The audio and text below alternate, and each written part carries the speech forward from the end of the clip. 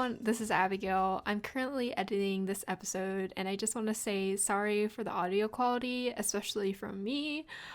Usually I have a mic that's plugged in, and it was, but the input was plugged in wrong for Zoom, so I'm very muffled, and I just want to apologize in advance. This is also a good time to say thank you so much for all the support. We pre-recorded this episode a long time ago, and this one's from Halloween. So a lot of this stuff was recorded before we even posted the first one, and I just want to say thank you for everyone and all their comments. We've gotten a lot of really sweet comments about how people really related to what we talk about. Just want to say that again, you guys aren't alone, and I hope that the rest of 2020 is good and you all stay safe. Anyway, here's the episode. Bye. Hey everyone, welcome back to Hey Hire Us, a podcast where we introduce our friends and be like, we yell at companies, we're like, isn't this person hired? I'm Abigail. I'm Ariel. And today's guest is Lisa. Lisa, would you like to introduce yourself? Hey y'all, my name is Lisa Maeda. I went to school with Abby and Ariel. I'm a 2D animator, but I also like visual development and development in general. Yes. Yeah.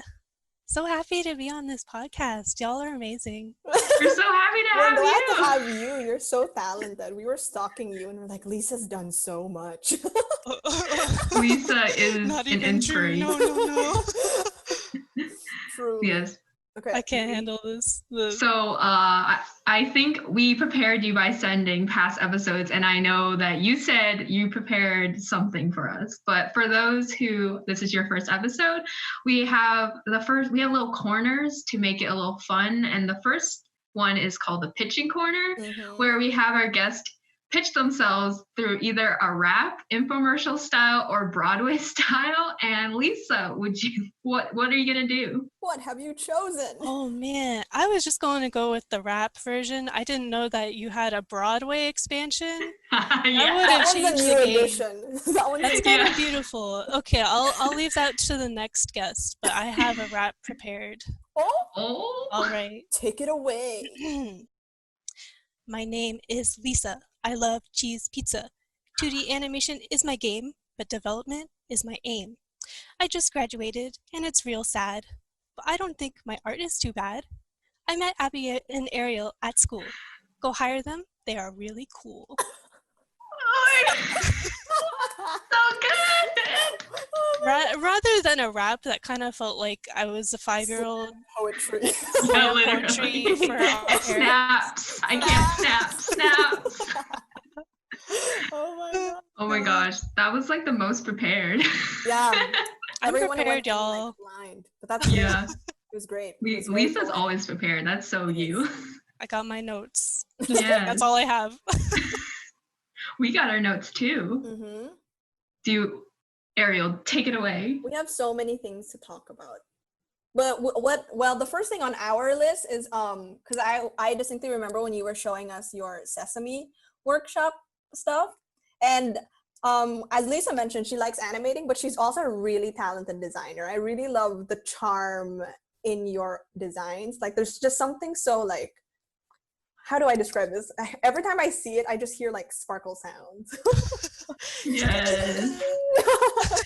It's so charming. It's so charming. So like, what was it like working with the client throughout SCAD? And not to mention you were doing this during our last quarter of senior year. So while working on a film. Yeah, so I guess I'll just preface again by saying that I'm another SCAD student. I know that you also had Caleb on the podcast.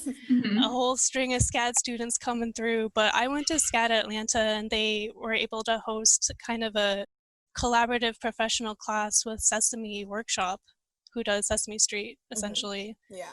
But they have their own little, like, YouTube channel where they produce more original content, so it's not necessarily what you know from, like, Sesame Street, like Elmo or whatever. So we were selected to be a part of that, and I was able to have the opportunity to be a project coordinator for one of 4 concepts that were moving forward throughout the class. And Sesame pretty much solidified my love of like children's animation and the potential of children's animation. Guys, it is so cool because when we think of like kids animation, what we're really thinking about is like family animation. Like we're thinking of like Pixar and Disney and whatever. Yeah. But focusing primarily on like young kids that might necessarily not include adults um, in the viewership, or like they're not considering their viewpoint. They're purely focusing on what the kid wants to see or should learn throughout like the creation of the animation process. Yeah. And I like that a lot because there's something about watching something that is really made for you, you know? And if you're a little kid, you want to be catered to, right? Yeah. Everything is within your world. Yeah. And So if you want to see mermaids, yeah, so go ahead. Oh, sorry. No, I was just gonna say go on your train, because like I love when people are so passionate about kids media as well, because I mean animation already gets its rep as just being for kids, but then when you like go more in depth of, you know, the programming you could make for kids, especially like in a time where, you know, media around us is so influential to what they learn about the world, you can really like change how kids think today. So that's my little train of thought. No, you're absolutely right. And another thing that I want to like talk about is kids animation. Animation is so like tied to kids, you know what I mean? And sometimes that can be very frustrating for people, and so they kind of like hate on kids animation, but don't hate on kids animation, you know, kids animation is awesome. It helps people. Yeah, for sure. It like help people like find joy, and it helps shape like young people, which is all great. I sound like a grandma. You help shape young people. You sound like we're all in our early 20s. Back in my day. But yeah, I mean, the project you worked on was really cool because like it was like, I remember you were talking to me about how there was different teams and different projects. So that's like really cool because since there's not a lot of, at least for Scan Savannah, there's not a lot of opportunities to collaborate with other people. That's like another opportunity to like have to learn how to work with other people, which is really important in animation, but you also could like jump around between groups and like get to see how the different projects are working, which is really cool. Right, and I felt like that Sesame course was sort of just echoing how the Atlanta senior film system was working, because we were able to like jump around from project to project based on like what that project needed. So if there was someone who was really like character design oriented, they would hop onto another project even though they were mainly working on like another concept. Maybe another concept was like, oh, I need like character design strengthening help. So they'll pop into that area and help out, which I really like. Yeah. That kind of independence is something I'm really gonna miss moving forward. Yeah, that sounds really cool. If there's, I don't know if there's anything else you want to talk about the Sesame experience before we move on to your film, but no, nothing else really. Sesame, hire me. Yes. Anyway, Sesame workshop. I had a fun time working with y'all. Yeah, hire Lisa. But yeah, I think the main thing of our senior year was obviously the senior films, and I feel like your film came out so beautifully, and like everyone is rooting for it and wanting it to succeed. And I think it's because of not just the concept, which is really good and really important, but because of you as a person and your character. I feel like, I mean, Ariel worked on Lisa's film, and I feel like you're just a director that is really good to work with. Yes. Oh, thank you. I'm glad that you guys think that. It was very, I only did like 2 layout assignments early on because after that I was just too busy with my film. But then Lisa was very like organized with how she sent out assignments and everything, which made it obviously easier for the team to like get stuff done, which is so important when you're like clear about what you want from your crew. Right. That kind of clarity thing was one of the most important things for me working on a film and like having a leadership position for the first time, because I remember working on other senior films and feeling so freaking lost and feeling kind of like an idiot for being lost. Mm-hmm. So I didn't want anyone else to feel that way working on my film. So I had written up all of these like super detailed guides and notes every time that they send me something.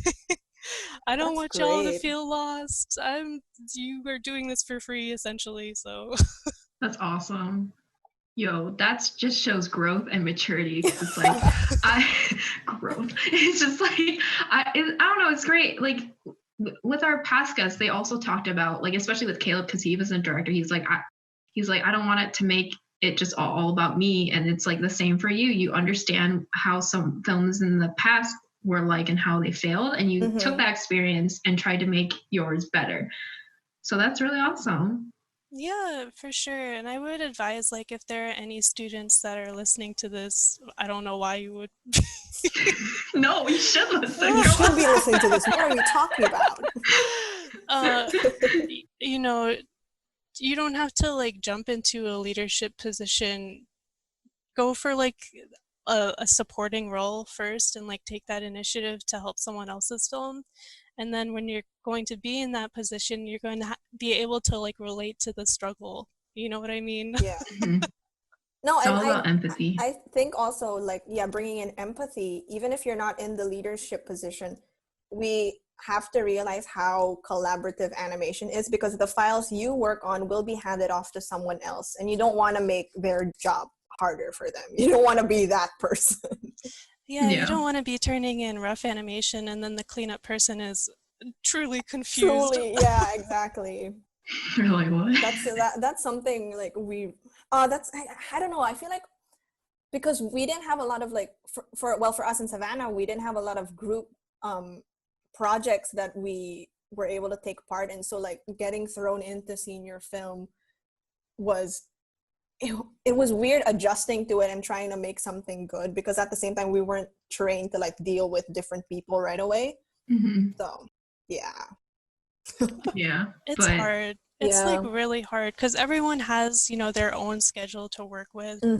Especially during these times, like everyone's kind of working at different hours. So having that empathetic work approach is invaluable, I think. Yeah, if there's any like 2021 SCAD students listening, we believe in you and we understand how hard it is. We only had to do it for a quarter and it was difficult. I can't imagine how they're doing right now. I'm still looking after like a lot of my undergrad peers just because I really want them to succeed, and it's not fair for them to have to like navigate these waters right now. So I'm just like, please, y'all can do it. I know that you have great film concepts, great animation work, so I'm gonna help y'all as much as I can. You're such a good upperclassman. Oh yeah, I know. I was gonna be like, have I reached out to any of my underclassmen? What? But yeah, I would love to talk about Hanami as the film and concept, not just about your time on it, because it was so encouraging to see. Like I got emotional watching it because I don't know, it's like these stories need to be told, and it was so comforting to see that come out of SCAD Atlanta. Yeah. Oh yeah, I can give like a brief background of Hanami as well. Yes, of course. Yes. So my senior film was Hanami. It was based on my own family history. I'm Japanese American on my dad's side. So the premise is there's a girl trapped in Japanese American internment, and she draws and paints flowers to kind of escape from the boredom of it all. And the flowers come to life, and it's a celebration of Japanese American culture specifically while she's in this oppressive environment, and she can kind of honor that for a fleeting moment. I've pitched it so many times. It sounds like it. It was so smooth. I was like, oh, so good. So yeah, it was a crazy project and like very important for my personal development, even more so than my artistic development, because I never thought I would be part of I never thought I would be a director, honestly. I was just like, I'm okay being like an animator or an illustrator or whatever, but My SCAD Atlanta peers, most of whom are like women or women of color, really supported me in my initial concept, and I don't think I would have made the film if it wasn't for my peers or like my super supportive professors who love the idea of having culturally relevant stories.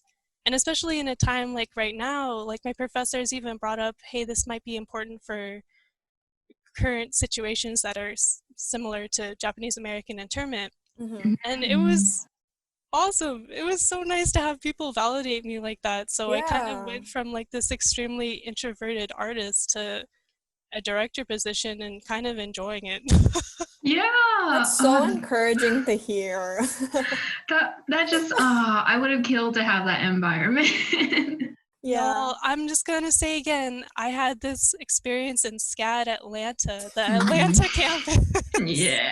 No, it's Not just the so Savannah it's campus. just so encouraging to hear an environment that, wants to see these culturally relevant stories blossom and grow.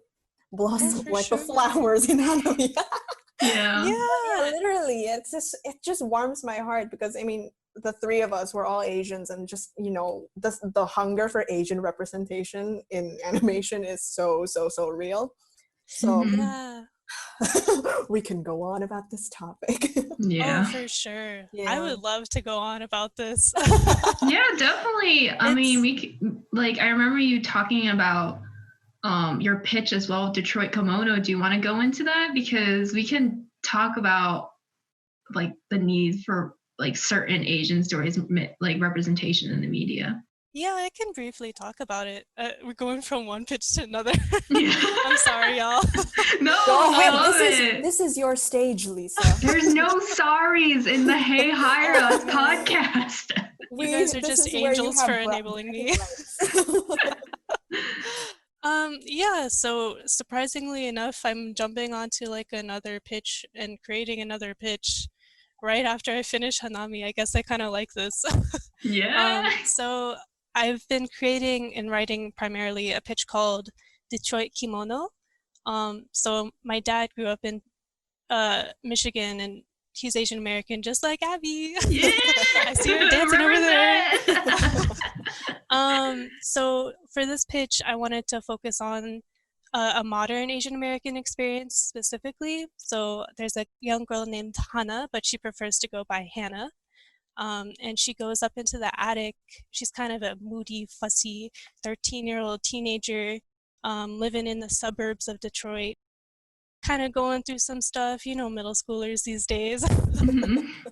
She goes up into the attic because she's tired of sharing a room with her kid brother, and she discovers a whole bunch of Japanese pieces of art and artifacts kind of stored away and tucked away in this dusty attic, and starts exploring stuff. And you'll see some common items like a lucky cat or like old kimono or daruma, etc., etc. And these objects kind of come to life and have their own character, and she interacts with them and tries to help solve any particular issues that they might have. And in the same process, she learns about her own culture, which she's a little bit disconnected from. She learns about, the history of these objects, and it makes her more curious about herself, her cultural identity, but also like she's kind of learning to be empathetic and catering to these little objects of their own little personalities.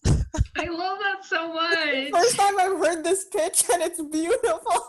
Yeah. Oh man, I just good. love that little note of like her name is Hana, but she's like, I'm Hannah. I'm not Hana. Like that just little Little thing just details shows like that. more so much. That just reminds me of me when I was young. And like this was like just a blip, and like it wasn't like a big part of my childhood, but I remember when I found out that my Korean name, which is my middle name, which is Eunyoung, meant Grace, and I'm like, I'm not Abigail Eunyoung Lee anymore. I'm Abigail Grace Lee. That's so funny. That kind of like name thing, I think, is also really important to me as well, and it happens to a lot of Asian Americans, I think. So interestingly, my name is Lisa Maeda, but my entire family goes by Maeda. They go by Maeda because it's like easier to like correct people and just be like, oh, it's Maeda, it's okay. You don't have to like say it in a fancy way. Um, and so like all of my cousins have always gone by Maeda. And I recently changed it back to Maeda because I kind of felt like it was important to me to be Yeah. Maeda again. Yes, own it. Yes, love it. But it's so funny because my dad is like, no, we're Maeda. I'm like, no, I'm Maeda now. Sorry, Take it Dad. back. I play by my rules. Yeah, it's just like those little things that are important to me. And that like kind of specific culture of like Asian Americans in the Midwest is like, I just really want to show that in an animation because Yeah. it's so different even from just Asian Americans on the coast. Like I've Mm-hmm. spoken with so many other like Japanese American diaspora who have been like, well, I've never really had complexes with not knowing who I am, I guess. I've always been like Japanese American, it's not a big deal. I'm like, I don't know. I've Mm-hmm. never felt super connected, and it's kind of because of my family history with internment, etc., etc. Mm-hmm. Um, and I just want to show like this kind of weird discovery of like figuring out who you are and your roots. Yeah. I want to see the story because it's just there has been like some like or more like Asian American representation in the media, but there's just like I feel like when it's not done by the people who like that's where it comes from, you can tell because I feel like just small things like the name thing, it's just like a really tiny detail, but it gives so much. And if you're like an Asian American that went through the same thing, when you see that, you get so excited because you're like, I went through that. And I'm like, that's why we should like green light pitches like this from the actual people because it's so special. There's always so many little details that you can't really get from other people. Yeah, I feel as though that those kinds of that representation is still important, but when it comes across as flimsy, Mm-hmm. there's like a pang of sadness in my heart because I really want to Mm-hmm. see these people as human as possible. And Yeah. animation is such an empathetic medium that I want to connect with these characters as much as I can and see their individual unique stories that are based on real stories, not something that you like Wikipedia Googled. Yeah. Yeah. Yeah. Or not just like the aesthetic of who we are. Yeah. Yeah, that's one thing. Anyway. A separate issue entirely of Orientalism and animation. Yeah. I don't know if we can go into that right now. But. This episode is going to be 3 hours long. Oh my goodness. Oh man, especially like for Japanese media, I mean things like that. It's like that's definitely a thing that can happen. But on to more positive things. It's really nice hearing all these pitches from you, and I'm so happy to like see that Hanami is doing really well on the festival circuit run. To be honest, I just submitted them Hanami to like a bunch of festivals based on my friend's recommendation recently. I've been holding off because I've been clinging to this pipe dream of really wanting to see it in person in theaters, which I haven't done at all because of the pandemic since it completed. So I've been holding off on like publishing it to festivals just because I'm I don't know if I should say this, but sitting through like online virtual festivals is not super fun. Yeah. I literally just watched Wolfwalkers like earlier, and the creators had a post Q&A session after the screening, and they were like, yeah, this is Rob's first directorial credit, but he doesn't get to see like go on the festival run because everything's online, so he's just sitting at home. No. And I was like, oh no, that's so sad. But yeah, I think I've accepted the reality that this is not going away now. So I've been spending my fall into winter entering festivals dejectedly. Oh, But hopefully, yes, we'll all see Hanami on the big screen. I would love to see it on the big screen too. Just once. Just Just once is once, all I just need. once. My ego, that's what it needs. yeah. Man, so yeah, that makes sense. That's really sad though. But yeah. But it's so cool I feel like I know that after you submit it to more and more festivals in the fall and winter, you're gonna get a lot of awards. I just know it. It's such a good film. And we will definitely advertise it once you do release it to the public and be like, hey, remember Lisa, go watch this film. Yes. Thank you. I would really appreciate that. Yeah. It's such a sweet, sweet story. I'm just my heart. Yes. I my like heart teared goes up out to watching it. Yes, I was like, oh my gosh, it's so beautiful. It was stunning. It surprises me when people tell me that, because after you watch it like 40, 50 times after going through the production cycle, I don't really feel anything. The emotion is lost. That's a mood though. Yeah, exactly. I feel like that's why people that's why going to the festival and like seeing it in person and hearing the reactions, that's where you get the life back. But then it's like, oh no. Yes. But here we absolutely. are. What are we talking about next? We have so many like notes. I mean, there's like stuff like you worked on like indie games like Light Break. Mm-hmm. Yeah. And that experience. What's working on a game like? I've never worked on a game, so. It was super different, and again, this was like a virtual thing, but I was mostly contributing to like the Kickstarter, and making sure that it was prepped for Kickstarter. The game is like a 3D, Unity-oriented like music puzzle game is what I would describe it as, and yeah, I did some like animated cutscenes for the game as when you like finish the puzzle aspects of it, and then you get a little cutscene and then move on to the next level. I guess the most interesting part of that though was like I had never seen or been a part of a Kickstarter before. And there's so many like little details about Kickstarter launches that are very interesting. Like you have to aggressively advertise, you have to make sure Kickstarter is aware of your project, and you really want to make sure that it's on the front page and has one of those like Kickstarter favorite project buttons or whatever on the banner. I can only imagine the marketing that goes into a Kickstarter.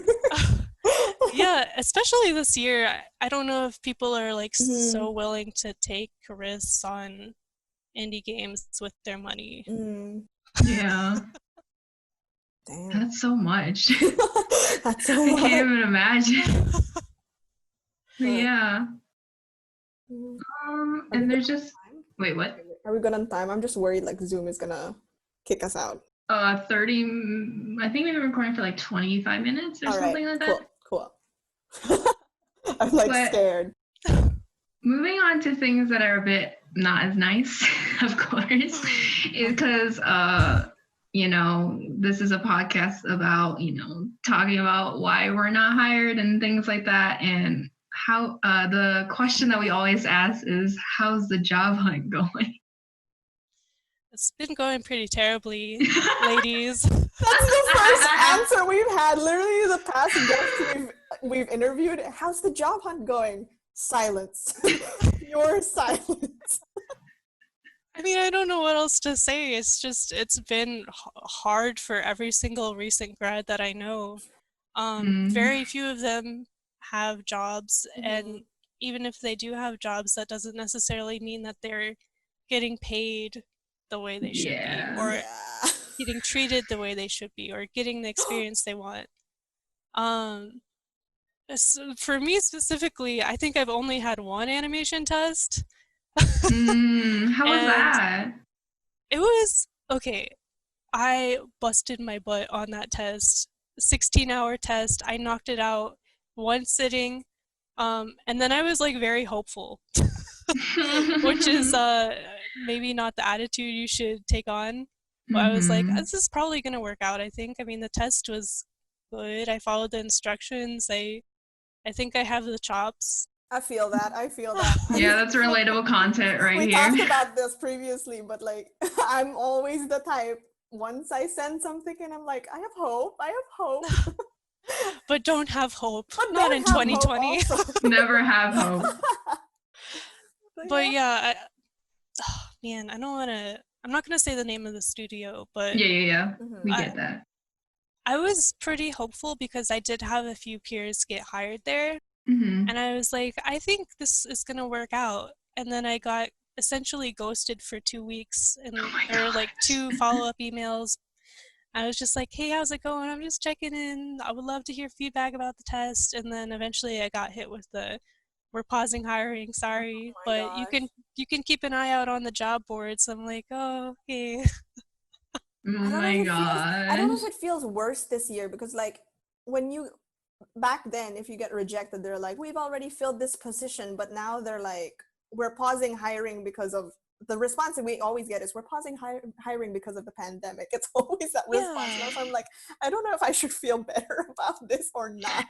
No, but it's like, why did you reach out then? Exactly. I know. And I still see that position up, which is the most confusing part because I'm like, you're pausing hiring on the project, but the position is still It's up still for there. what looks like the same project. Very frustrating, I have to admit. But you know what? I do another test for them. I don't care. Hire me. Yeah, it's so frustrating because like you have so many gripes with like the way that some studios handle things, but you still would jump at just the hint of getting hired. Just to get your foot in the door. I know. And okay, I just have to say, I really hope this doesn't reflect badly on me, but one of my least favorite things about the job application process is putting down your desired salary. Oh Oh god. my gosh, we've mentioned this. We've talked about this so many times. This is one of the questions we ask is like, what's the like your least favorite thing you fill out when you're filling out the job app? And it's always, what is your desired salary? And I'm like, and especially if it's for an entry level job, I'm like, I don't know. No. I literally hate it so much because I remember there's this studio that like always does it in their job applications, and I always did it the lowest, like put the lowest salary in because I thought that would make my chances of getting hired like up better, which it does not at all. Like it really doesn't. And I did not know how much that was until I saw a Twitter post saying like for $15 an hour is this annually. And the lowest thing on that job site is $20,000 annually, and that is literally nothing. Yeah, it is nothing. It is lower than $15 an hour. Yeah, the 20,000 per year thing is like, I always click it first because I'm like, oh, I'm just like so enthusiastic for the job, but realistically, that is not what I want. It's terrible. It's so insidious. It's just so evil. It's evil. It's like you're taking advantage of most of the people who apply to this job, especially the entry level, they don't know anything. Yeah. I'm just lucky that we have connections to people in the industry because like we over like Twitter we made friends, or some of our peers got into the industry so they can tell us and we can ask them questions, and we have like now because we live in a time where on social media people are disclosing like, hey, giving proper advice like, hey, if you're working, let's say this job, you should be getting at least this amount of salary. It's great. Can you imagine like before when people didn't have access to this information? I don't know. It just makes me so angry because I'm grateful we have like a post-art school Discord where like a bunch of like graduates from like 2020 are like all talking about like their frustrations, and it's just so nice to have because people are like, oh, is this a good salary? And other people are like, hey, no, you need it. And like people would give advice, but it just makes me so angry because every time someone's like, oh, this studio reached out to me and they gave this pay and it's below the union rate, what should I do? It's like, it sucks that we have to even ask that because there's just such a power imbalance. Like, it's like, of course I would love to work at this studio. It's to break in, but like, why should it come? Literally, at what cost? Yeah, I don't know. Yeah, I'm very thankful for the friends we've all made on that Discord. It's just very nice to see like, oh, I'm not the only one like clueless about this. So it makes me feel better. For sure. And I've seen a lot of artists helping artists and animators helping animators, and it doesn't have to be as competitive as it looks. You know Yeah. what I mean? We Mhm. all want to see each other succeed, especially women of color and their Mm-hmm. Mhm. voices in Mm-hmm. particular. I would say Mhm. that a large generation of the young people entering in animation do care about that. And they do Yeah, care I about agree. connections over being, I don't know, petty buttholes. I I don't agree. I know if I can agree. swear on this. I'm sorry. People have sworn before. Swear. What is It's grammar? okay. If it's a really big problem, we can definitely beep it out. I'll just like say the kid-friendly swears, like dang it, shoot. But yeah, it's just that whole thing is really interesting because I feel like even with networking, it's such a delicate kind of balance of like how to do it because it's just so weird. I hate that like animation or the art industry is like one of those things where you have to, that's like a strategy to get in. And it's like, Yeah. you should still do it, but it's like, how do you network in a way that's genuine? And Also, like, how do you oh, bringing it back to the pandemic? It's networking is just tougher in general because like there's the face-to-face interaction is lost, and like the way you're presenting yourself will often get lost in translation with how you send your message. It's just awkward now. yeah. And I missed the woman in animation Halloween mixer, but it was like, how do you even do that?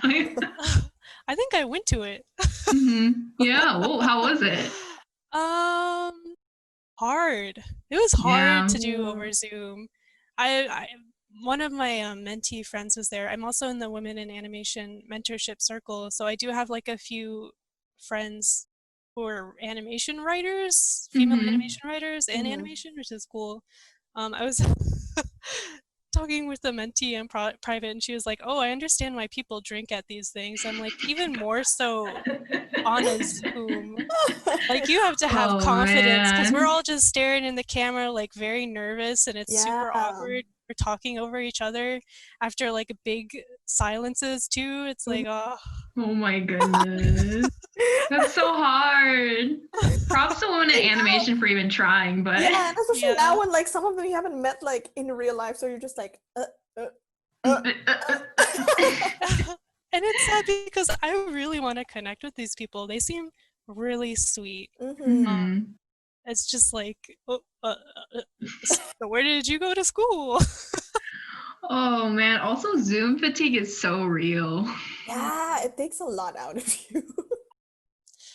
That's why I'm not on camera for this recording. That's totally fine. Lisa is a So, mystery to us all. Lisa's just a cute little icon. Yeah, Chilling. I just got a little sprout coming out of my head. That's great. So, on Yeah. a more positive note, now I think, well, we've kind of touched on this, especially talking about representation and stuff, but what would your dream project slash goal slash aspiration, what would it be? Like, once we move forward into the industry, Oh, geez. How high are we talking? Like the highest we can goal? go as high as we We can go as low Oh, as you want, like a man. simple goal of Mhm. just like breaking in, or just as Yeah. high as you want. Oh, Or it can be a man. couple of different goals. Lay it on us. Yeah. The problem with me is that I like doing everything. That Mm. was actually one of the questions we were supposed to ask you is like, so what, since Lisa does everything, she's good at a lot of things. So we were going to be like, what direction will you go? But it sounds like you're really enjoying the development part of it. So I'm guessing are you leaning more into that? I am leaning into development, and I do love 2D animation, so I'm taking that route right now, especially Mm-hmm. as like an entry level position. Yeah. Hmm. But to be involved with things like even just sitting in a writer's room, that would be a goal for me for sure. And especially if it's a project that I really care about, like something involved in kids and teens animation or family animation, especially if it involved like topics that I was really interested in. Mhm. Like what we were just talking about, like some authentic Asian American stories, especially geared for kids and teens. That would be awesome. Yeah, that sounds so cool. Yo, I hope that happens in the future. I would love to work on a project with you. That'd be so cool. I would love to work on a project with you and so many other awesome recent I grads. know. Yeah, All that's why you should deserve hire jobs. us. Back to the main goal of this podcast. I just want to say, like, my graduating class, or I guess not my graduating class, but the group of people I went through most of my animation classes with, I would say like 80 to 90% of them were female. And so Wow. many of them were just so cool, so professional, so on top of their stuff. It baffles me that we're not all hired right now. But I guess that's just the reality of this year and the pandemic in the industry. Yeah. Yeah.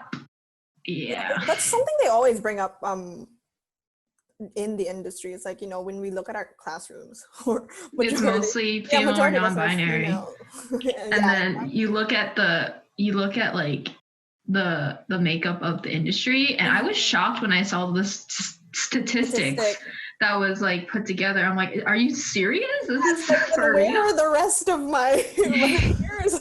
What happened? Especially in like kind of genre environments for adult cartoons, it's even more difficult. Oh, it's worse, yeah.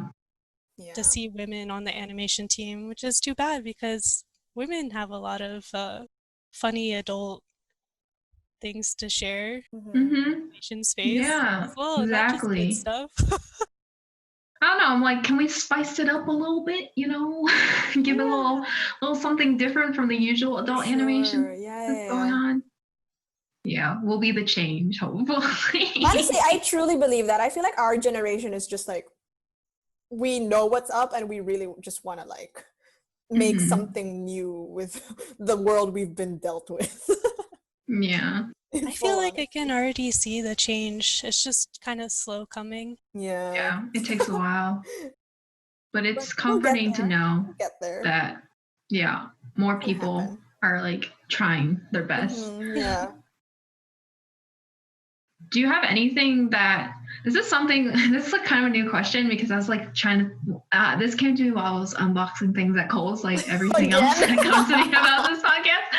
But I was thinking of questions, and I'm like, do you have anything that you would treat yourself once you get your first job? Like for me, I want to get a Big Bud jumpsuit once I get like my first industry job, as like a good job. Also, it's like to help me motivate myself. I don't think I've ever even thought of this. Now I'm gonna think. Yeah, this is something I gotta think about too. It's just something fun, like, yo, I'm not gonna buy this now. I'm so simple-minded. I was like, you know, if I get hired, I'll just go treat myself to like an ice cream or something. Yeah, that's great though. Honestly, like food. I wish mine was like actually like fun and cute, but for me, I'm just like, I want to like put my stuff in savings so I can move out of my parents' house and not be in Kansas anymore. That's true. That's what I'll be treating myself as like moving away. It'll go into further planning. You guys are so much like smarter than me. Abby's like, I want a jumpsuit. But like as far as fun, cute stuff, I would probably buy more stationary items because that's my hobby. It's my obsession. Yeah. I thought you were gonna say like mine is not as cute. I thought you were gonna say beer. Oh my god, I'm gonna buy beer. Oh my goodness, I'm gonna be like a wine mom at 23 for real. Yes. Me, at the state of how we're going, I'm probably gonna be the wine mom right now. That's so true. Oh. But we kind of skipped over this, but you kind of went over of like job hunt frustrations and what would you think that would help improve the job hunt? Like, like if you could tell the companies like, hey, this could help the hiring process, do you have anything in mind?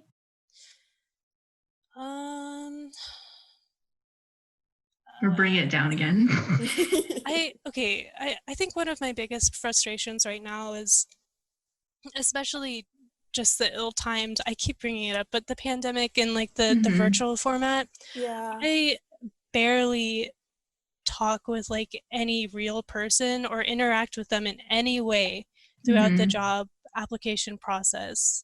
Even if I like participate in Women in Animation and like make connections there, it's still not really interacting with someone who's going to hire me. And I can't get in contact with them. Even if I'm just cold emailing them, it's unlikely that I'll get a response. Yeah. The job application thing is just like talking to a brick stone wall that doesn't want to talk to me back. Like so that's my main thing, I guess, is that I really wish there was more outreach in the hiring process with real people.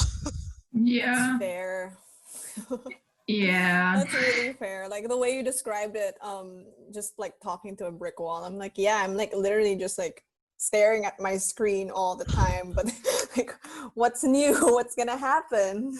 I'm just gonna write my cover letter to the logo of whatever. Literally. It's exhausting. Cover letters. It's like hard because I feel like recruiters get so overwhelmed by different like emails of cold emails. Like it's kind of understandable that they can't get back to you, but it's just like, I don't know. I don't know. I empathize with like the plight of recruiters right now, because they must have like a huge influx of cold emails, and then like the pandemic stresses of not being able to answer everything or having to prioritize things. And maybe there's like some guilt with knowing that these are all like struggling artists that are totally valuable, but not, I don't know. I empathize with that side too. It's just like a shitty situation for us to all be in. Yeah. It's another frustration I had was when listening to so many of the online talks that were happening, and that was kind of really overwhelming. A lot of the advice that people in the industry gave about how they broke in was just not relevant or possible to how we could break in. It's like, oh, I just cold called like the company and like talked to them, or like, oh, I just walked into the studio and like, I don't know if that's a thing, but it was like just things like, oh, I just like, I don't know. It was just a lot of like stuff that we can't do because there's so many of us now, and it's like that just is not acceptable of just like cold calling like the studio. So that was a little bit frustrating because I was like, we can't do that. Yeah. So what are we supposed to literally have like disclaimers? Please do not show up at our studio and like ask for a tour or like cold call us. That's not okay. Just go through the job application. I'm like, cool, I got it. Yeah, I would love to like try to reach out to recruiters to come on the podcast and like ask them questions of like, hey, we always talk. Hey, these are our frustrations. What are your thoughts on this? We should do that. That'd be so funny. We can actually get some. Yeah, I don't know if that's gonna happen, but maybe in the future. Maybe once this podcast has made it. Yeah. If we get to 1,000 followers on Twitter, we'll do it. Rate us on Apple Podcasts. Follow us on Spotify. Aren't you guys halfway there? List. What? Don't you have like 400 followers right now on Twitter? We almost have 500. So oh my goodness, this is an attainable goal, y'all. It's so funny. I swear, like we haven't posted anything yet, but thank you for. Yes, again, thank you for the support. We love you all, guys. But yeah, do you have any like last things? Because like a question like I always like to think about is like, what would I try? It's so hard to just put all of your stuff on your resume and your cover letters. So is there anything that you can't really put on there that you would love like companies who might be listening know about you? So it's kind of like a what can I bring to the company question, right? Oh yeah, literally. If Double A Productions is hiring you right now, what would you bring to our studio? Uh, I think I hope this is like reflected in my work, but I'm a very sensitive and empathetic individual, I think. Yes, I totally see that. And I'm also super character driven, and I hope that shows up in my 2D animation skills, Yeah. like the creatively, but also in like treatment and writing, and design as well, like the whole shebang. I'm always thinking about the character, the personality, like writing exercises are going through my brain. And I am always striving for like a strong emotionally intelligent series are my goal, and I hope it becomes everyone's goal in animation. Yeah, definitely. That's And I hope awesome. that I can bring that to a company with my insight, my feedback. Yes. Yeah. There's no question mark. It's an exclamation mark. You definitely will. We've seen that, and you will, Lisa. And that's why you should hire Lisa, please. Yeah, Aw, exactly. man. You guys should hire Ariel and Abby first. No. They're taking this initiative because they care. They care about the industry, and they care about young artists, and they care about stories. So look at them first. This is your episode, Lisa. This is your episode. Oh, You're so kind. I can't handle it. Yeah.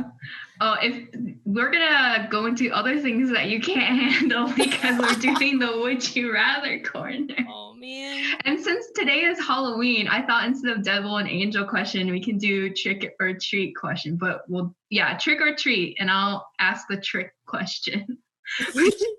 Not so lovely. Would you rather be hired on a really cool project, but as time passes and would you rather be hired on a really cool project and the team is great, but as time passes, you're frustrated because you realize there is no communication between the team and no direction, versus you working with a really great team that communicates well and has direction, but the project does not represent your culture well? The second one. Oh, really? I would take the second one easily. Mm-hmm. I cannot handle a stressful work environment. It really frustrates me. That's fair. My mental health goes down, and even if I'm like depicting like a kind of flimsy kind of Asian American or whatever show, at least it's something. Yeah, that's true. I'll take something. That's fair. That's fair. And hopefully you being on that project, you can kind of influence the show into going into a better direction. I would hope so. But I totally relate with that. Yeah, it's I don't think I'd want to be on a crew with like no direction and communication. I can't handle that. So bad. Oh my gosh. That's my nightmare. Big old mess. Very bad. No. Should I go into the treat question? Yes, let's give some happiness. All right. Would you rather be a showrunner for your pitch with a crew that reflects the kind of stories you want to represent and they know exactly where you're coming from and share your vision? Versus, would you rather work for a smaller studio who invests in indie stories and goes beyond the norm of animation? Ooh. Again, I think the second one. Because interesting. I felt like I already had that experience with the first one, with like having a team behind me for Hanami. Yeah. I kind of feel like selfish for like choosing the first one. No. I want to show like a whole bunch of different stories, not just like stuff that's focused on my experience, but you know, my friends' experience as well, like the people around me. So I would go with the second one for sure. That sounds really exciting. Yeah. Nice. We would like to see these stories. Yeah. These studios. Yeah. It's so that sounds great. But yeah, that's so cool. You guys are cool. You're cool. This is your episode. Lisa, please. We're literally the we, like, have you seen like the we no you. Rocket back and forth. Ariel, I can't believe you haven't seen this. I don't. You're the meme queen. Oh, I haven't seen that. I'm just thinking of Spider-Man again, where we're all pointing at each other. Oh my goodness. You're No, cool. I will send it to you after. Okay, cool. Nice. But I think that was a great way to end End the off show. this Yeah. beautiful episode. Thank you, Lisa, for Thank taking you your so much. time to Well, talk thank with you us. to you both. I feel really honored to be on your podcast. You, again, so cool. Please hire them. Somebody. Y'all ever meet someone Hire in Lisa. school? Y'all ever Hire meet us. someone in school and you're like, oh, I'm not really worried about them. They're gonna be okay. That's how I felt about the both of you. So Oh, that's us to you, though, How's that Lisa. you? Yeah, we know you'll be okay. That's sweet. we're all But gonna yeah, be okay. where can people find you? and hire you? Yeah, exactly. Okay, How do they reach you? number one, my portfolio is Lisa Maeda. Maeda is maeda.com. And then my social media is I'm mostly on Twitter, so that's at Midori Fields. Midori is Midori. And then my Instagram is the same as my Twitter, which is Midori Fields. It has like a plural at the end with an S. Nice. Great. Yeah, that's about it. Yeah, Yeah. we'll definitely add your links and everything where people can find you and follow you and support your work, and where recruiters can reach you. Oh, Yes. speaking of the recruiters, where can they reach you email wise? We always mention Oh, this. yes. Okay, so it's just my name, lisa.m.maeda@gmail.com. Mhm. Nice. Yes. Awesome. But yeah, thank you. Oh yeah, Thank for you. promoting us. You can find the podcast at Hey Hire Us Pod on Twitter and Instagram, and also on we will be posting all these episodes on Spotify and Apple and on Podbean, and all those links will be available on our social medias. And to support us, you can we will have our Ko-Fi linked on our accounts as well. Mm-hmm. Which is basically ko-fi.com/HeyHireUsPod. So that Yes. all donations will be going towards podcast hosting and a microphone. As you can see, if I ever upload this video, I am holding my earphone mic just so it doesn't rustle against anything. Yeah, and also if there's anyone who Squarespace or Blue Apron or anyone who wants to have us advertise anything for them, you can send any business inquiries or stuff like that to heyhireuspodcast@gmail.com. But anyway, thank you for listening to this episode. Thank you, Lisa, again. Thank you. We'll see you in the next one. Bye.